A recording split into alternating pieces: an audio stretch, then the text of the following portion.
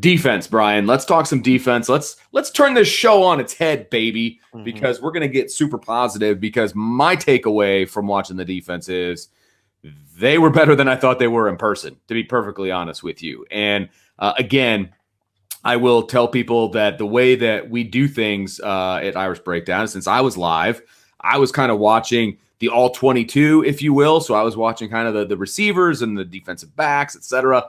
And Brian was paying attention to the line. So when I went back and watched now I'm paying attention to the line, and holy schmolies. Notre Dame's front seven, specifically the line, played out of their minds. They controlled the line of scrimmage the entire game, and it allowed not only the linebackers to make plays at the line of scrimmage, but the defensive line was making plays at the line of scrimmage. I was just enjoying watching the defense on film. It was fantastic. It was absolutely fantastic. And I'll shovel it off to you, Brian, but I tell you what, the front seven just played just so well. They played the way that you and I have been talking about the potential of this front playing. They played that way. There's a comment that somebody made that I want to kind of bring up that relates to the previous topic and this topic. Brian Dembo said, "Is the offense in week 4 in the same place the defense was in week 1?" Ooh. And my answer would be no. Because here's the difference. In week 1, and this leads back to this talk. The thing that you and I said after the first 2 games when there were some people panicking about the defense. So look, they're like 5 or 6 plays away from shutting down the last 2 opponents.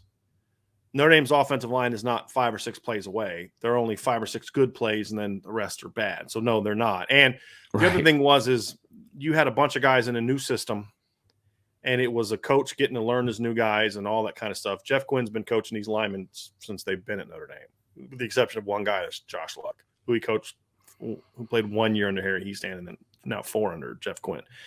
So it's a little different circumstances, but what it shows is, to me, this shows what good coaching can do, however, because where his question is coming from, and it's a very good point, and a very good question, is the defense had problems the first couple games because they were making mistakes. They weren't playing fundamentally sound. There were some things they were doing schematically that we didn't think necessarily fit what they should be doing. Right. And each week they got better and better and better because, number one, Marcus Freeman got to know his players more. They got to know him better, but they clearly, the preparation that group shows to stop what the other team is doing is so good.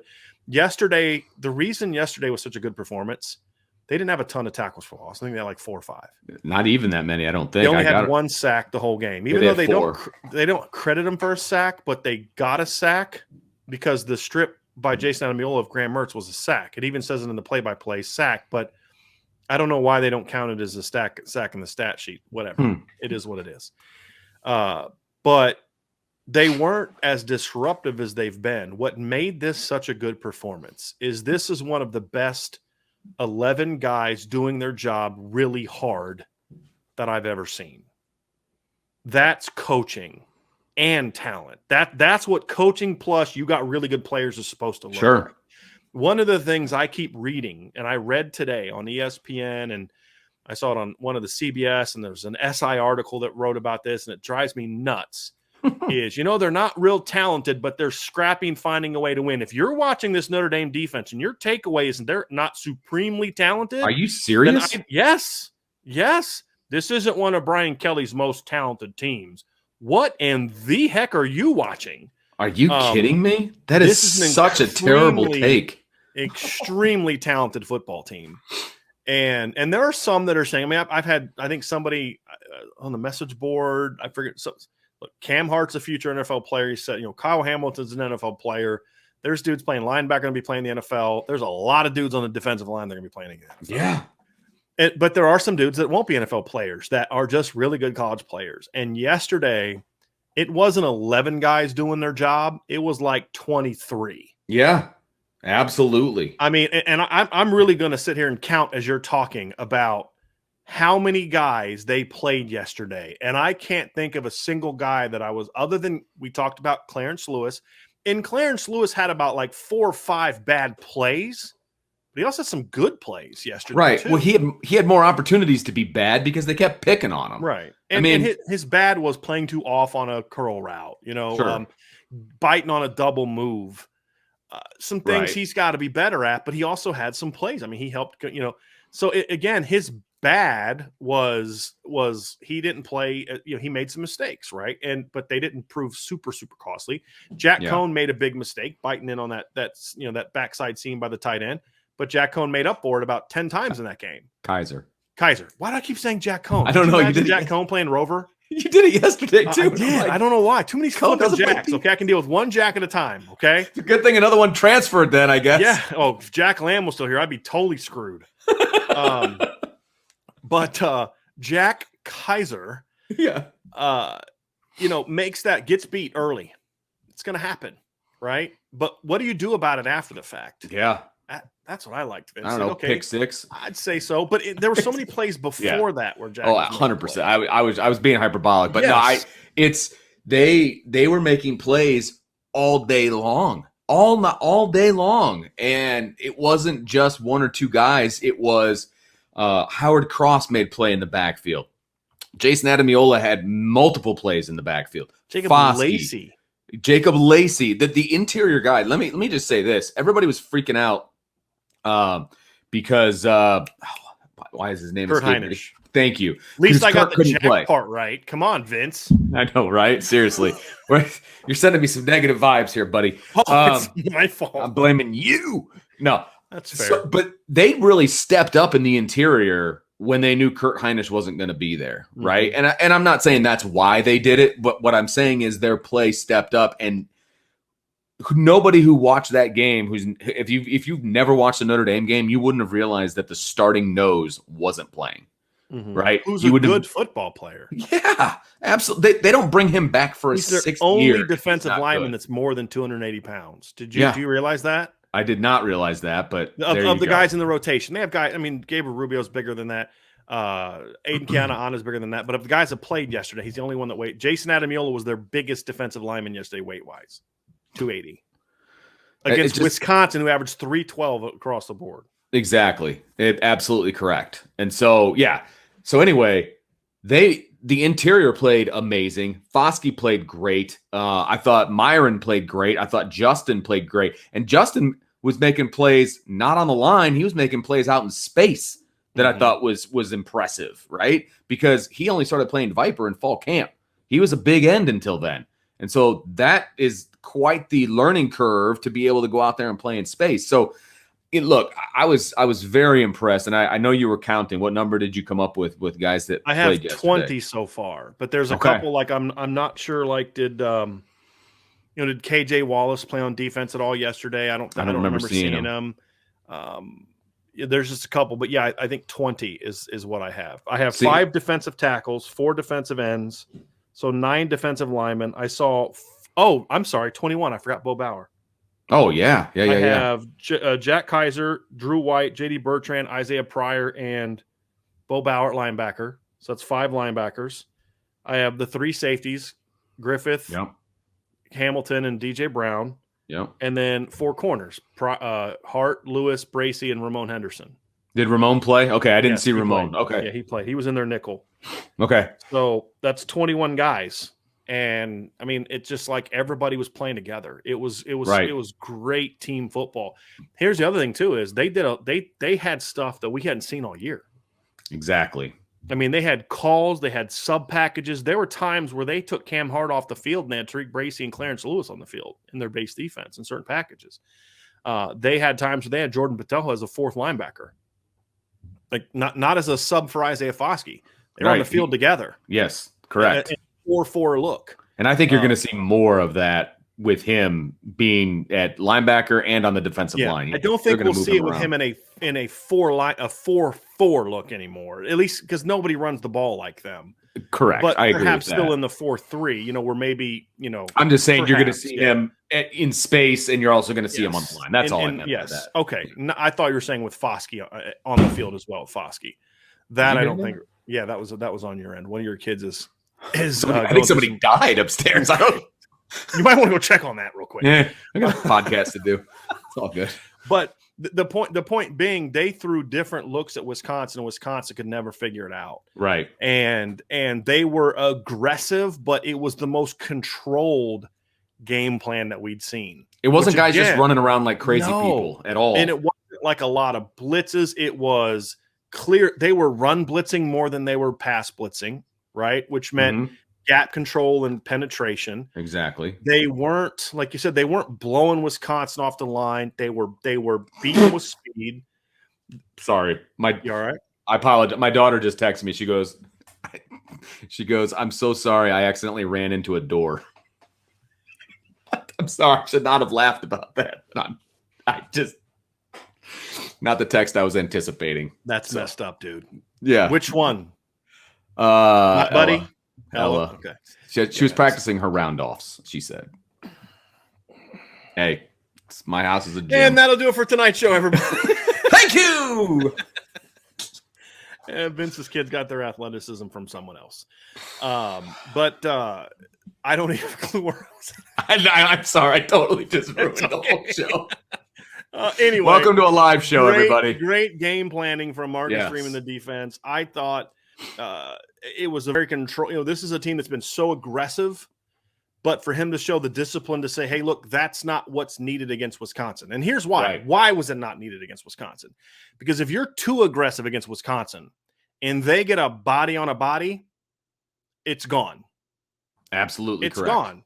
And it was a controlled aggression where you had guys protecting. I thought the way that they used Kyle Hamilton was great. Somebody had said, I didn't see Kyle Hamilton a lot. It's because of how they used him. They used him at times as we talked about, as a center fielder to, hey, you sure you want to throw this play action shot down the field? And then at other times they said, okay, you go cover Jake Ferguson, which is what you talked about wanting to see. And there were times where basically they were saying, we're not going to use Kyle to make a play on the ball. We're going to use Kyle to make sure that the ball doesn't go here. Yeah, exactly. And then they knew the ball wasn't going to go there, and then they could play it other ways. It was such a great game plan. It was great execution of that game plan. I thought man, it's so past time to put respect on Mike Elston's name. I mean, he had nine different guys playing yesterday, missing one of their captains, and we're seeing great technique, great leverage, playing with the proper angles. I thought the job of the ends coming down and crashing, like we talked about needing to do, prevented Wisconsin from getting their stretches going. Yep. Everything that we said, if this happens, we think the defense can play well, they did yesterday. Well, what was great was those backside ends that were crashing down hard. That's exactly what was happening to Notre Dame on the offensive side. It was nice to see the roles reversed a little bit, and Notre Dame was doing that to them. Yeah, and just taking on those lead blockers and those kickouts and those wraps and just closing up holes. And it's like they had to work so hard to get gains of 6 and 7 and 5. And it's like, the backs were making cuts behind the line. And that's what we said going into this game. The way you shut down a run game, number one, you stop them on first down, which we talked about, but then you move the line of scrimmage backwards because then it forces the guy to make a cut in the backfield and you have more time to get your guys to rally to the football. And they did that all day long. So what usually happens against Wisconsin, Vince, is the way that they play is the running back will get kind of like 4 or 5 yards past the line of scrimmage or past the offensive lineman. And it's an 8-9 yard gain because by the time he gets through the line, they're 2-3 yards downfield. Yep. What was happening a lot yesterday was he was getting 3, 4, 5 yards past the line of scrimmage, and they were 2 and 3 yard gains because they were just getting so much movement that Wisconsin could not get the push, and they were pushing Wisconsin back because leverage is so. And this is what we talk about that kind of relates to the offensive line. Leverage wins these battles. Speed and leverage can beat size and power if you use it correctly, and Marcus Freeman and Mike Elston absolutely used it correctly yesterday. Right. And he said, hey, look, we don't have Kurt Hinish. Now, here's the good thing is they knew all week they weren't going to have Kurt Hinish. So they got a little bit of a break that that he was ruled out so early. Right. We knew it well in advance, but the danger can be, hey, we're going to practice like we think we have Kurt. But if we don't, they were able to practice all week. We don't have Kurt Hinish. Right. And instead of saying, well, but this is what we would do with Kurt or this is what we do, he said, okay, here's who we got. Got Howard Cross, got Jacob Lacey. They're 260. I mean, Howard Cross, I'm looking at it here on the roster. He's listed at 275 pounds. I'll bet you a steak at Outback or Texas Roadhouse or wherever you want to go, that if you and I went and weighed Howard Cross tomorrow, he's not 275 pounds. No. We have to make sure he takes all the nickels out of his pocket too. Yeah. Jacob Lacey's listed at 275 pounds. Yeah. Those are your nose guards yesterday against Wisconsin. And Wisconsin brings the beef. I mean, but it's also a huge credit to Matt Balis because the Notre Dame linemen are strong. Yes. And we saw that yesterday. But there were also about 5 or 6 plays where I saw a Notre Dame defensive lineman trying to slant, and Wisconsin caught him and drove him off the ball. But there was nowhere to go because of the way that the linebackers were playing and the way that it was such an 11-man together that they had an answer. That's fine. We got our safeties coming down, or we've got our linebackers crashing. And you made a point to me before the show, Vince, that you thought Drew White played well when you watched it live, but you were even more impressed when you watched the film. Talk to me about what you saw from Drew when you broke things down. Yeah, so obviously he made plays in the run game. Don't get me wrong. He was all over the football just like he always is, but he made plays that you're not going to see in the stat sheet. And just to let you know, he had 4 total tackles, 3 solos. And of course the big interception at the end. And that's not even what I'm referring to. He was in the right place at the right time in the pass game all day, right? Mm-hmm. So when Mertz would roll out, he would throw the ball and it would just go straight into the ground, right? Even if the guy caught it, Drew White was right there. Mm-hmm. Or he had to throw it away because Drew White was right there. Or there was one play where I think it was a running back he was going to catch the ball, but he dropped it. But even if he had caught it, Drew White was right there. Every time I looked at an incomplete pass or something along those lines, I found 40, and he was on his guy, and he was making plays. And if it wasn't for him, there would have been a bunch of dump downs, and it would have been a lot of opportunity for extra yards for Wisconsin. Mertz had nothing to go to because they were protecting everything underneath. And Drew White did a great job yesterday. He did a great job. And we've knocked him for not being good in the pass game because of his length. Yes. Right. But he was and he did a little bit like peaky. He was always trying to come downhill. He didn't have to do that. He had enough faith in his front that he didn't have to be peaky. So I thought he did a really, really good job. He is coming into his own at linebacker. I absolutely believe that. And I thought that, this is a game where we'd see a lot more Bo Bauer. We didn't necessarily see a lot more Bo Bauer. We saw about the normal amount of Bo Bauer, but how they used him again was, okay, Bo's not like Drew. Yeah. We didn't see Bo Bauer dropping into coverage like Drew did. We saw him. And that's, again, know your people. Know your people. Yep. And again, I thought this staff was good, was really on its game yesterday. And Wisconsin came out that first third quarter that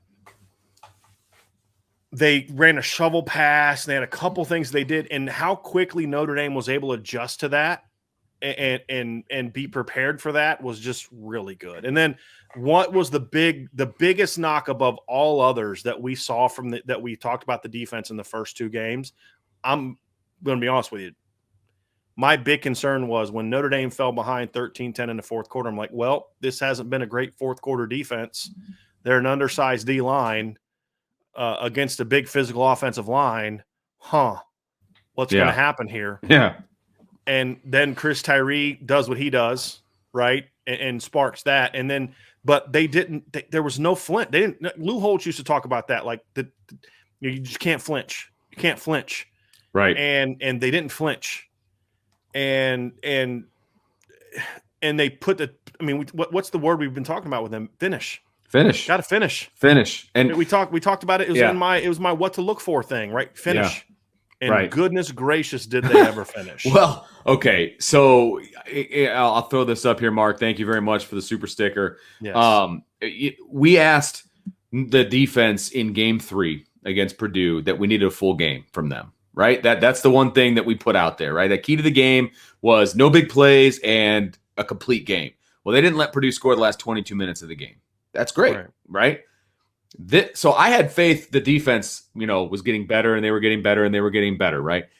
Well, they took that to a whole other level in the game on Saturday because not only did they finish, but they put their foot on the throat of Wisconsin and they pushed down, right? All 11 of them at the same time and just said, hey, this is our game. Hey, thanks, Chris, for giving us back the lead. We'll take it from here. You know, I mean, that's basically what it was. And we said from the very get-go, if Wisconsin gets down and they're forced to throw the ball, that plays into the hand of Notre Dame. And they just made Wisconsin pay for it. I mean, and it all started in the first quarter when they wouldn't let Wisconsin run the football. I mean, they were off, you know, behind the chains, whatever terminology you want to use, off schedule. They could not get going what they wanted to get going because this defense came out early, punched them in the mouth in the run game, and they sent Wisconsin packing early. And then, of course, they had to throw, and they made them pay for that. So this was just an absolute complete game by the defense. And in the fourth quarter, they just shut the door so hard. I mean, the defense and the special teams outscored the offense. Okay. I mean, and the defense outscored Wisconsin, period. Right. You know, and we talked about Graham Mertz throwing more touchdowns to Notre Dame than he did to his own team. So, I mean, the defense just played outstanding, and it was so much fun to watch. Like, I'm so glad I didn't leave that game early. Yeah. Here's a couple notes. Here's something I wrote in my key takeaways, Vince, that'll just show that I think context is always important, right? Sure. This is Notre Dame held Wisconsin to just 74 rushing yards. In the previous 8 seasons, the Badgers were held to below 75 rushing yards just 6 times. 3 of those times came in 2014 and 2015, so it's been a while. Notre Dame held Wisconsin to just 2.64 yards per carry, despite only having 4 tackles for loss in the game, and the only sack of the game technically went for 0 yards because the ball was recovered forward. Right. So to hold a team like Wisconsin, Wisconsin had a grand total of one carry that went for double-digit yards, and it went for 10. Barely. That's it. Yeah. That is a level of dominance. See, because like the reason I point to the tackles for loss, Vince, as you had mentioned, tackles for loss sometimes can skew numbers. Like if you have like 8 tackles for loss for minus 40 yards and like 4 of them were sacks, they really ran for 130 yards, but you had, minus 40, so it looks like 90. But no, that wasn't the case. Yeah. This was a level of dominance that you just don't see very often. And to do, I mean, look, Wisconsin, based on the official stats, only had 5 negative yards in the game. They had 79 gained yards the entire game. So including like taking away the negatives, right? 79 gained yards in this game. Which a game that was competitive for 3.5 quarters. Oh yeah, absolutely. And that tells you right there that we talked about the fact that the defensive line needed to control things with the offensive line so that the linebackers could roam free and meet the running back at the line of scrimmage, et cetera, right? They did that all game, and the defensive line was meeting the ball carrier at the line of scrimmage. Now, I give Wisconsin credit because they're a good run team, so they were falling forward so that they weren't tackles for loss, but they were 1 and 2 yard gains, right? And so, yeah, they didn't fill the stat sheet with a bunch of TFLs, but they didn't allow Wisconsin to do anything in the run game, which if Wisconsin can't run the ball, they're done. Right. I mean, they're absolutely done. Especially now because Graham Mertz is just not good. Yeah. Somebody asked me about this on the message board, and I thought this was a really good question. He said, look, was Graham Mertz just like, was it a bad? I mean, he was a highly ranked recruit. Notre Dame wanted him. Notre Dame tried to flip him from Wisconsin. Like they tried hard. Was it a misevaluation? And my answer was, I don't think it was a misevaluation. I think he went to the wrong school. Yeah. And the reason I say that is he was a shotgun, catch it, read it, and let it rip guy in high school. And now he's he's on an offense and that it's under center and play actions and downfield reads and all that kind of stuff. And I don't think he's good at that. And I think that they kind of jumped on that first game and said, hey, here's what he is. And I would be curious what they would look like right now if they still had Jack Cohn. Now, of course, that would assume that Jack Cohn didn't play last year anyway because of the injury. They would have had him back, but that's kind of the thing for me, Vince, is there's like a moth flying down here. This has been a weird show. It has been a weird show. Your kids running into doors. I got giant bugs flying in my face. This is not just me. Yeah. So, but you know but anyway, that also hurts them. That is something that I think helped Notre Dame yesterday, because I do think there was one thing that we did note is there another thing that I thought was impressive about this defense is there weren't a lot of plays where like, boy, if they make that play, things are different. There really wasn't a lot of that. There was that one throw late in the second quarter that where Clarence Lewis got beat on the double move. That guy catches that. DJ Brown probably tackles him, but they're close to field goal range or in. Sure. I'd have to go back and look, but they were at least going to they would have been in field goal range. Yeah. With that, but maybe that makes it what would have been 10-6 at halftime. But there weren't even a lot of plays like that where, boy, if that guy doesn't get tripped up there, he's gone. There wasn't that. The 3 times they had chances for big plays in the game, they hit 2 of them. Right. The shovel pass, the pass to the tight end down the seam, and then the missed play down the right side. Yeah. Right. It just Notre Dame didn't even give them those chances in this game. And it was a really as good of a coaching plus execution combination. Yes. Here's my favorite troll attempt because I got a kick out of it's okay. I got a kick out of just like some of the Wisconsin things and hearing what people are saying about Wisconsin and the fact that they were a freaking touchdown lead. And I try not to troll a whole lot on Twitter. I don't tweet as much on Twitter anymore. I just put up my stories, but I said Notre Dame's offense, 20 points. 20 points. Notre Dame's defense, 14 points. Wisconsin's entire team, 13 points. At least they outscored the special teams, who only had 7 points. And so for all these people, it really wasn't that dumb. Look, the games are 4 quarters. At what point do we stop saying this counts? Right. I mean, Wisconsin stops counting when it's do anything on Notre Dame. Yeah. They could not do anything on Notre Dame defensively yesterday. Right. If that game would have kept playing, all Notre Dame would have done was keep putting it away. I mean, once Notre Dame got that lead, once this, like I said, is the greatest sequence. It was the greatest team sequence we've seen this season. The kick return for the touchdown, the immediate stop by the defense, the answer by the offense to go down and score a touchdown. Yep. That was the greatest backup quarterback whole team sequence. Yeah. And a third string left tackle. Right. The whole sequence of that team ball right there put that game away. And as we've said before, if you get Wisconsin behind, they are not good. That all happened before the pick sixes. Notre Dame built an 11-point lead on Wisconsin before the fluky pick sixes. Chris Tyree taking a kick back to the house is not a freaking fluke. Right. He's one of the fastest players in college football, and you finally turned him loose, and that's what happened. Right. That was a well-executed play. And I've heard people say, it's a fluky. No, it was not. Notre Dame went up 24-13. Right? I mean, that's the thing is they went down and then kicked another field goal to go up 27-13. They were pulling away from Wisconsin because they were better than Wisconsin. Correct. And they were better for Wisconsin for 4 quarters. Wisconsin had one turn of events in the third quarter that was built around Jack Cohn getting hurt and the one long play where they kind of got some momentum. And then Notre Dame said, nope. And they didn't just do it with a kick return. They did it with a kick return, an immediate stop on defense, and an offensive drive where they went down the field and scored, where Drew Pine went 4 of 4 for 49 yards and a touchdown. That's not fluky. Right. That's called we're better than you, even when our backup quarterback's in the game. That's what that's called.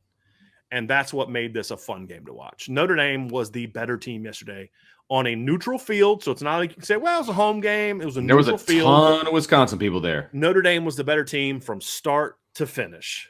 And anyone that says otherwise is just wrong, in my opinion. Correct. Agreed. So